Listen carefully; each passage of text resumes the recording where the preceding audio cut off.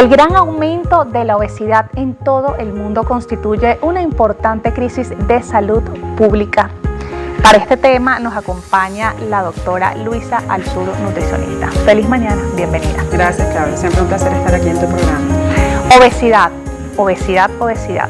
¿Cuántas personas en este momento no han hecho no sé cuántas dietas, la dieta de la amiga, o se ponen una ropa y dicen ¿y hasta cuándo? Y han utilizado miles de herramientas, pero no logran ese objetivo. O a veces vamos por la calle y decimos, hola gordita, ese término que tanto nos cae como que mal también. Pero es importante hablar sobre la obesidad, que cada día va en aumento, pero hay muchísimas causas y hay que hablar específicamente de esto. Pero comencemos hablando un poco, doctora, y definiendo qué es realmente la obesidad. Sí, Claudia, la obesidad lamentablemente es una enfermedad y digo lamentable porque muchas personas ven la obesidad solamente como un componente estético, más allá de ver lo que el trasfondo de esta patología. Es una enfermedad que se cataloga básicamente por un aumento de lo que es el porcentaje de grasa corporal a nivel de todo lo que es órganos y tejidos de nuestro organismo, y que este proceso de aumento de grasa corporal por encima de los parámetros genera un proceso inflamatorio, por eso es también llamado hoy en día una enfermedad crónica inflamatoria, y que trae una serie de consecuencias porque más allá de ser solamente una alteración estética, es una alteración que va como que nos va afectando de una forma silente, pues vemos que las personas no le prestan mucha atención por lo que es este porcentaje de grasa, y se ha visto que esto puede producir alteraciones a nivel de lo que es nuestro hígado, riñón, e incluso los ovarios, y por eso se está vinculando hoy en día este proceso inflamatorio como un factor de riesgo a otras comorbilidades, como puede ser la llamada diabetes tipo 2, algunos tipos de cánceres también se han relacionado con el aumento de la grasa corporal, y sobre todo lo que es el riesgo de las enfermedades cardiovasculares.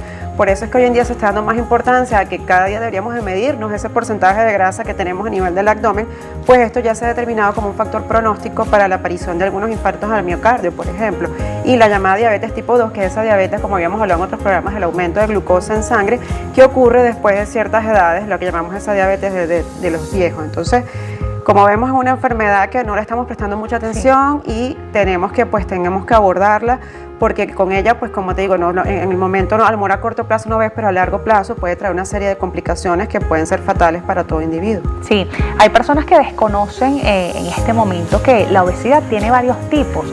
Puede una persona ir a consulta y ser detectada que tiene, por ejemplo, obesidad tipo 3, pero más o menos ¿en qué consiste estos tipos de obesidad? Sí, se han publicado en distintos estudios diversos indicadores para uno evaluar o determinar cómo está el estado nutricional de un individuo. Un indicador que hoy en día se usa mucho, pero sin embargo no nos dice toda la verdad del paciente, es el indicador llamado índice de masa corporal. Es cuando tú vas, por ejemplo, a la consulta y te dicen, bueno, te voy a pesar, te voy a medir y vamos a sacar una pequeña fórmula que relaciona el peso con respecto a la estatura. Sin embargo, para realizar una evaluación completa también es importante determinar cuánto es el porcentaje de grasa corporal que tiene. Por ejemplo, se dice que en el caso de las mujeres esto debe oscilar como entre un 20 o 30%, okay. no más de un 30%, ya pues debemos estar en una alerta. Tenemos en el caso de los hombres, incluso tenemos que tener metas un poco menores, como puede ser un 20%. Se dice que tener índices de masa corporal y grasa aumentada, pues estamos hablando de que si tenemos, por ejemplo, valores ya por encima de un índice de masa corporal de 25, estamos hablando de una llamada obesidad grado 1, o lo que conoce la gente como un sobrepeso. Okay. Y que si esto va en aumento, si tenemos valores ya por encima de 30 kilogramos por metros cuadrados, estamos hablando de una obesidad grado 2, y ya la llamada obesidad mórbida, que es esa persona que tiene índices de masa corporal por encima incluso de 40 kilogramos por metros cuadrados. Y entonces, como le digo, es un factor que tú puedes quizás calcular este indicador teniendo peso y la talla para darte una aproximación. Pero siempre la recomendación es que debemos de buscar asesoría para evaluar cómo está nuestro estado nutricional real, porque a veces podemos tener personas con índice de masa corporal elevado, y pueden ser ese caso las personas que realizan el trabajo muscular como los fisiculturistas. Por eso es que te digo que no puede ser un indicador únicamente el índice de masa corporal para decir si estamos en sobrepeso, no, porque tú no puedes decir que una persona que realiza trabajo muscular y es, digamos, una alta masa muscular, puede decir que es una persona que está en sobrepeso. De allí la importancia de la evaluación, sobre todo del llamado porcentaje de grasa corporal, que hoy en día se utilizan equipos para realizar esto, como son los equipos de bioimpedancia, donde especialistas realizan evaluaciones de lo que es la composición corporal del individuo, y se determina cuánto de nuestro peso total, porque a veces nos definimos nada más por el peso y ese peso está conformado y no podemos olvidar por un componente que es masa muscular, un componente que es agua, un componente que es grasa, e incluso nuestros huesos pesan también. Entonces, cuando hablamos del peso, no podemos decir que el peso es el único indicador de sobrepeso en un individuo. Eso hay que evaluarlo, como te digo, su composición corporal.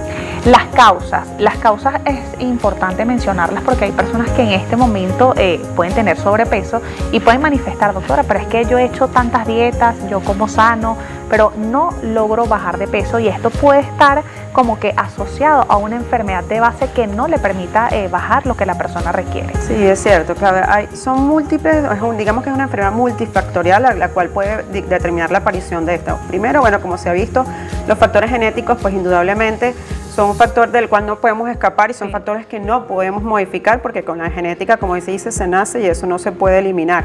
Así como también esos componentes hormonales que pueden estar afectando. Por eso es que al determinar el factor de riesgo de un individuo hay que individualizarlo y determinar si es un componente genético, si hay una alteración hormonal, como son alteraciones de hormonas, como por ejemplo el caso de la insulina. Hoy en día una hormona también que tiene muchas alteraciones es el llamado cortisol, porque es una digamos, de las hormonas llamadas el estrés, que también se están vinculando con el aumento de peso, y estos son factores que pues tenemos que evaluar en el individuo, y esos otros factores modificables, que es el caso de la dieta, el estilo de vida que está llevando el individuo, pues también determina la aparición de esta enfermedad. O sea, estamos viendo personas que están durando más tiempo sedentarias, acostadas en la cama, estamos viendo más tiempos de videojuegos en el caso de los adolescentes, en los niños, donde no estamos pues realizando juegos activos. Antes tú salías a correr bicicleta o realizabas alguna actividad al aire libre, ahorita pues eso está quedando sobre todo a un lado.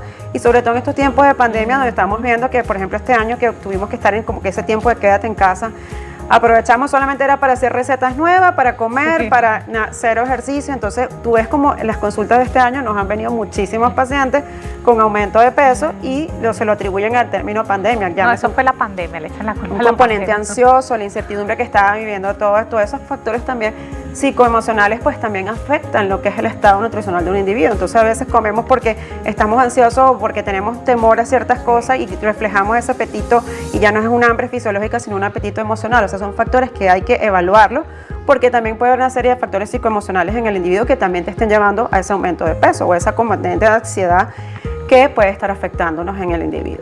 Tratar a un paciente con obesidad debe ser un trabajo multidisciplinario, porque por ejemplo una persona que tiene obesidad tipo 3, que por ejemplo decide hacerse una operación, requiere también como que de esa conciencia de la alimentación, porque si estás acostumbrado a comer en cierta cantidad, la parte mental también es importante, doctora. La verdad es así, claro, el primer abordaje que se debe hacer en este tipo de paciente que está buscando ayuda para el control de esta enfermedad tiene que ser un equipo interdisciplinario donde esté involucrado tanto un médico internista o algún endocrinólogo para determinar si hay una causa pues fisiopatológica que está afectando a este individuo.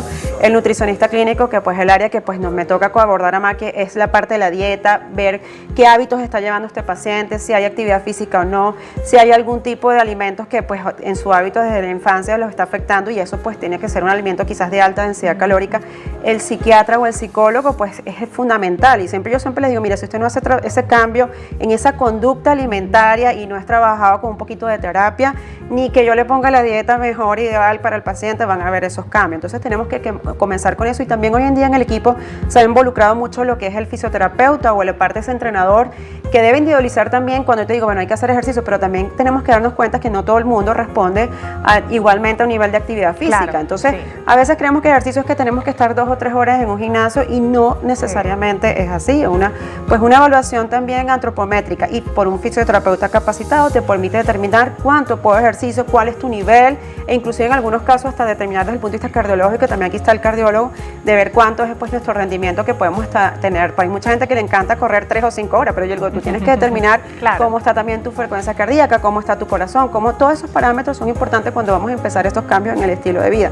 Y lo más importante es concientizar en cada individuo, bueno, ¿qué te puede estar llevando a esta situación para poder dar soluciones? Buscar la causa. Buscar la causa. Siempre, primero, después de un diagnóstico, buscar la causa que nos está llevando a eso, y como causa, pues también buscar las soluciones, porque no quedarnos tanto en el problema, sino siempre avanzar hacia lo que puede ser la solución, y que esta es una patología que sí tiene solución. Hoy en día, pues hay muchos métodos, tanto quirúrgicos y no quirúrgicos, y todo es también decisión y también dependiendo, como tú decías, el índice de masa corporal o cómo está la evolución de ese paciente te va a determinar. Por ejemplo, el caso hoy en día de personas que tienen índice de masa corporal de 40, se está determinando incluso la aplicación de la llamada cirugía bariátrica, porque ya pues una persona que tenga 2 factores de riesgo, como puede ser una diabetes ya instaurada o un infarto previo, por ejemplo, son factores que ya tú tienes que abordar. La obesidad, nada hace si no tratas la obesidad, pues estos factores se pueden volver a determinar las complicaciones por no el tratamiento de la misma. Hay personas que dicen, no, sí, yo fui al nutricionista, tengo obesidad, pero con la dieta no tienen fuerza de voluntad. O sea, ¿cómo podemos incentivar a ese paciente a que debe, por supuesto, cuidar su salud, no solo mental, porque a veces no, perdí la fuerza de voluntad y entonces tenía que comer esto, porque a veces pensamos en la alimentación, en ese estilo de vida que yo estaba acostumbrado a que, por ejemplo, en las noches en la cena me comí un pancito con mantequilla y listo, pero ahora no. O comer saludable, tú piensas inmediatamente que es caro, pero es totalmente lo contrario. Es así, hay que revisar esa serie de creencias, digamos, limitantes que te pones para lograr esos objetivos, porque tenemos el concepto que hacer dieta es un tiempo y es caro. Si tú te pones a ver, oye, uno de los factores que influye muchísimo es el consumo bajo de vegetales que tenemos, y los vegetales, si tú vas a un mercado de esto de temporadas, pues en donde tenemos los mercados donde hay temporada de ciertos vegetales y frutas, pues es uno de los primeros alimentos que tenemos que incorporar en el plan de alimentación. Lo que pasa es que dependiendo de cómo hayan sido tus hábitos que adquiriste de la infancia, tú le das prioridad o no al consumo de estos alimentos. O por ejemplo, ese concepto que tenemos que el que come carne roja todos los días es el que está comiendo, es más sano. Es más sano. Entonces hay que revisar, y ese es el trabajo pues que hace el nutricionista. Bueno, mira, hay que quitarnos primero el concepto que simplemente lo más sano es lo más costoso. Hay alimentos sumamente nutritivos que no son pues tampoco de alto valor y que pueden llegar a ser, digamos, accesibles a toda la población, y tal es el caso, por ejemplo, de los granos, como te digo, los vegetales. Hoy las lentejas son alimentos muy ricos en muchísimos nutrientes y fibras que también contribuyen al control de la obesidad. Entonces, en vez de comprar el pan todos los días, tú puedes buscar otro tipo de carbohidratos con una buena asesoría que te permita incorporar otros alimentos que te van a favorecer en el control de peso e inclusive prevenir otras enfermedades por soporte de nutrientes como la fibra, el hierro. O sea, hay que cambiar un poquito ese concepto de que todo lo costoso es lo más nutritivo y lo más verdad. Y además dejar a un lado la dieta de la amiga, porque a veces la amiga, la vecina te dice, no, yo bajé 5 kilos con esa dieta, y se la pasa a la amiga, no, seguro te va a funcionar, pero resulta que cada cuerpo y cada organismo es diferente. Con eso hay que tener muchísimo cuidado. Las dietas es también como evitar la automedicación que siempre le decimos a los pacientes. Mira, una persona que tenga una alteración renal, por ejemplo, no puede hacer la dieta de la vecina. Entonces, son parámetros que evaluamos los nutricionistas clínicos, que vemos cómo está la función renal del paciente, cómo está el perfil lipídico, cómo está la hemoglobina, la glicemia. Eso es completamente individualizado. Entonces hay que tener mucho cuidado con copiarnos la dieta de la vecina, la dieta del internet, la dieta hoy en de moda que te suprime ciertos nutrientes, la intermitente, quítate los carbohidratos para que te rebajes. Y estamos viendo personas en la consulta incluso con estados de convulsión por esas dietas inadecuadas y mal manejadas, autoimpuestas, y mucho cuidado con las cuestiones en los gimnasios, porque esa es otra problemática que nosotros vemos. Es que el entrenador me dijo que esta era la mejor dieta. Estos son especialistas, hay un posgrado en nutrición para poder determinar cuál es la mejor condición y dieta, que debe ser completamente individualizada. Y si tenemos el caso de esa gente que ha tenido fracasos con la dieta, hay que evaluar si de pronto es que no te han medicado al momento, y eso hay que evaluarlo en los exámenes de laboratorio. Y bueno, y mire, si no podemos lograrlo de esta forma, hay otras estrategias, pues obviamente, o incluso hay también el uso del llamado balón, están colocando hasta el balón, eso lo utilizan hoy en día los gastros, hasta para ayudar a los pacientes al control de peso. Por eso es que lo más importante en esto es una dieta que tiene que ser más que una dieta, un patrón de alimentación sano. Las organizaciones mundiales nos dicen que tenemos que implementar una dieta mediterránea, que es elevar el consumo de vegetales y frutas, hacer más ejercicio, hidratarnos bien, controlar esas carnes rojas y evitar el abuso de los azúcares, las grasas saturadas, y por supuesto, como le digo, buscar ayuda por personal capacitado para poder lograr esos resultados que estamos esperando. Doctora, muchísimas gracias por acompañarnos. La obesidad es un tema bien importante, y sobre todo en estos tiempos donde los índices han incrementado. Gracias por acompañarnos. Por favor, sus puntos de contacto. Gracias, Claudia. Sí, mi contacto en Instagram es @soynutritiva, o por el vía WhatsApp puede ser el 0412-396-6055. Muchísimas gracias por acompañarnos. Gracias. Amigos, nos corresponde marcar una pausa, pero al regreso la doctora Alejandra Gutiérrez, médico cirujano, estará con nosotros de vía Zoom para hablar sobre la centelesma palpeolar, qué es, cuáles son las causas y cómo se puede tratar actualmente. Unos minuticos, pero volvemos en breve.